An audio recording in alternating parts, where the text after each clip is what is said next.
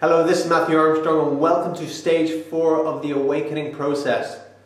And before we get into stage 4, we're going to reverse a little bit back to stage 3 because there's a big subject there of detoxifying the body, getting the chemicals out and everything, and there's a little bit that I didn't get a chance to cover and that is vitally important for your health, detoxification, getting the chemicals out, the metals out, the toxins out of the body, so we can expand our consciousness and become more awake and aware and healthier, more vibrant, and have better well-being and all that.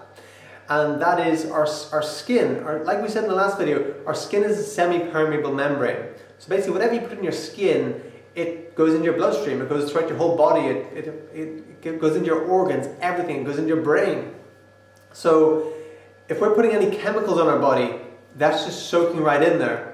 So a few of the big ones are the deodorants, the antiperspirants that I see people spraying on themselves all the time, and even inhaling it and everything.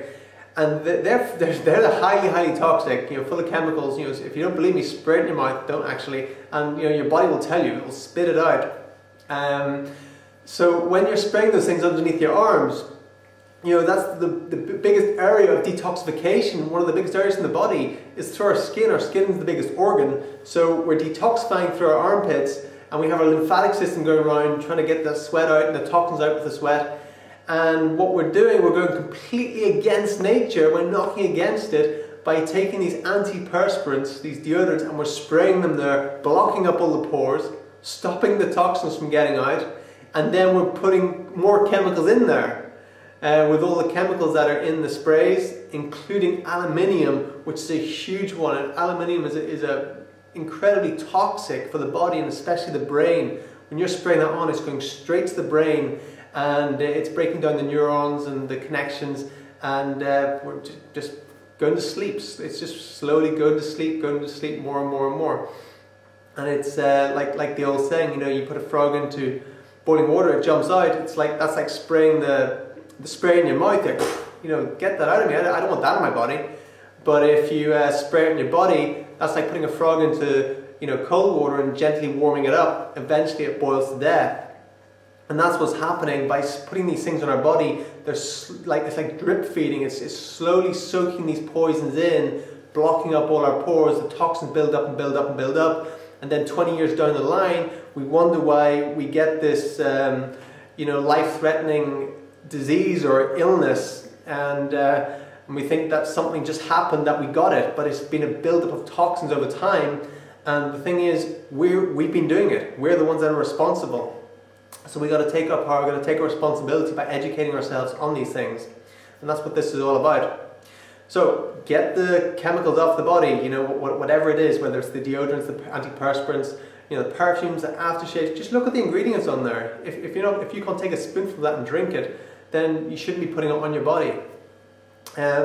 What else? The shampoos, that's going straight into the scalp there. It's going crown chakra, a very delicate area around there.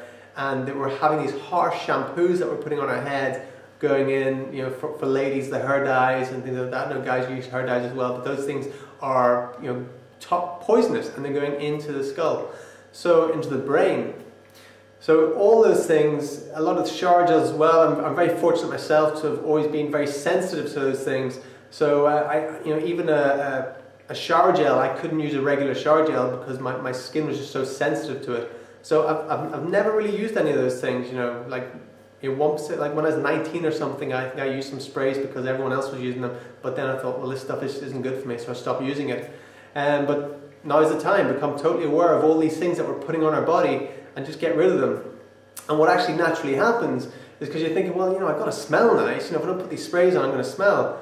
Well, just have more showers. And also, once you start to detoxify, once you get the toxins out, is you actually stop smelling, and you can just use water. Just water, and that's what does it. You can just water on your hair. That will do it. So that's pretty much it for the end of stage 3 is get the toxins off the skin. It's a huge one. There's sunscreen, crazily toxic. The sun is good for you. In excess, no, but generally the sun is good for you. You get so much nutrition, so much vitamins from the sun, and just don't stay out in it too long. or just stay in the shade. Or if you have kids, put a long sleeve white t-shirt on them, so put a hat on them rather than putting sunscreen on their skin. You're just poisoning your kids if you're doing that.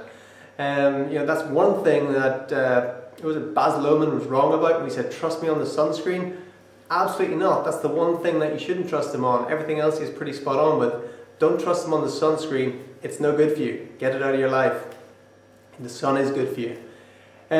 So let's move on to stage 4. And stage 4, this is an interesting one. Stage 4 is the law. It's all about the law of proximity. Whatever you're in close proximation to, you'll start to vibrate at that.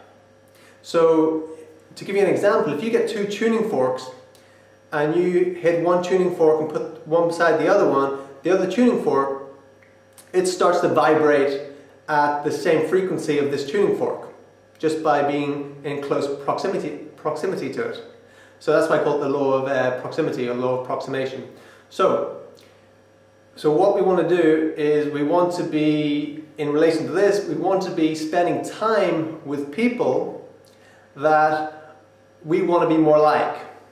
So if we see people that are vibrating at a certain frequency, how awakened they are in whatever area of life it is, if we spend time with those people, then we become more like them, even by just being in their company. And of course, yes, they will pick up on their habits, their mannerisms, what they're teaching, their wisdom, just by being in their company. So everyone should have a mentor of some sort. So if you look at Thomas Edison, inventor of the electric light bulb, he had no schooling in the sciences whatsoever. I think he left school when he was 13 or something. But what he did is he spent time with professors in sciences, with doctors, other scientists. He spent time with physicists, people like this, so he could learn that stuff. So he just picked up from them. So whatever you want to learn, however awakened you want to be, spend time with people that are more awakened than you, more enlightened than you, and then you'll start to raise your own frequency, your own vibration, and start to become like them in that respect. And it's an ignorant and arrogant thing to think that, well, I'm totally here, I'm totally awake, everyone's just the same. Absolutely not. There's vastly different levels of consciousness on this planet.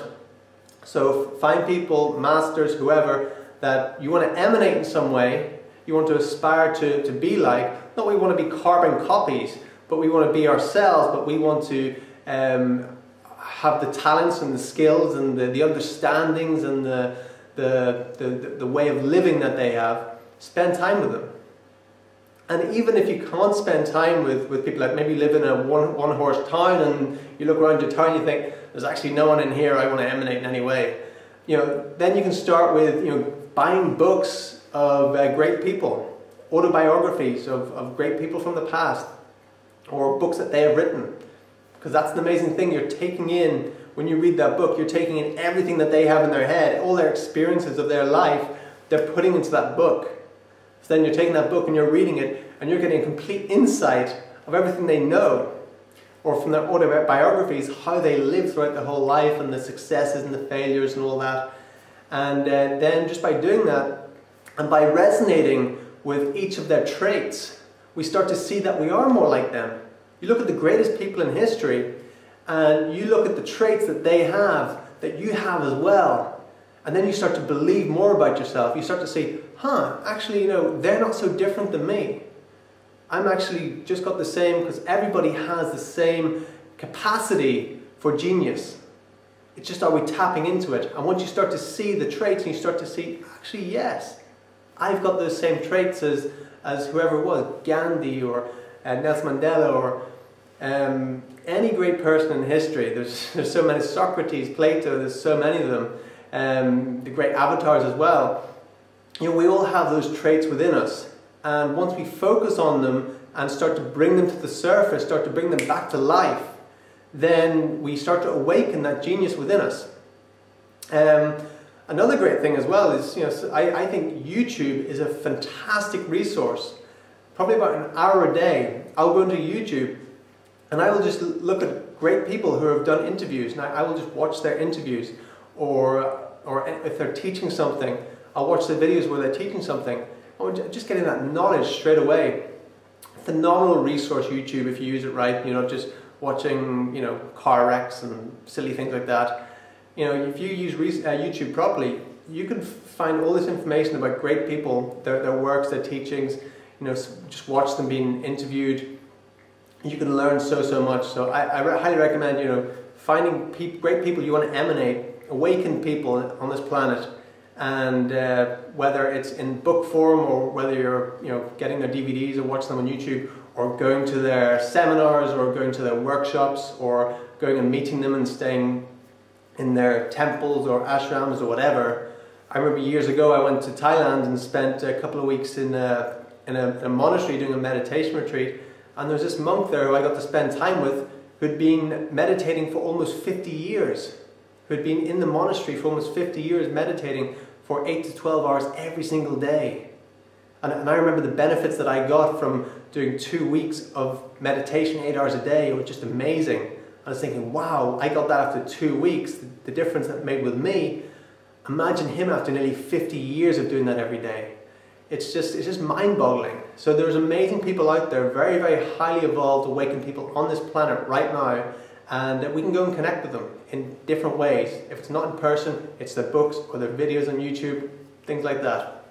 So go ahead and do that. Start spending time with who you want to be like, because the people we spend our time with is who we become like. And so if you're watching a lot of TV shows with people on TV that are arguing all the time and doing all these nasty things to each other, unconsciously we start to pick that up and we start to become like those people.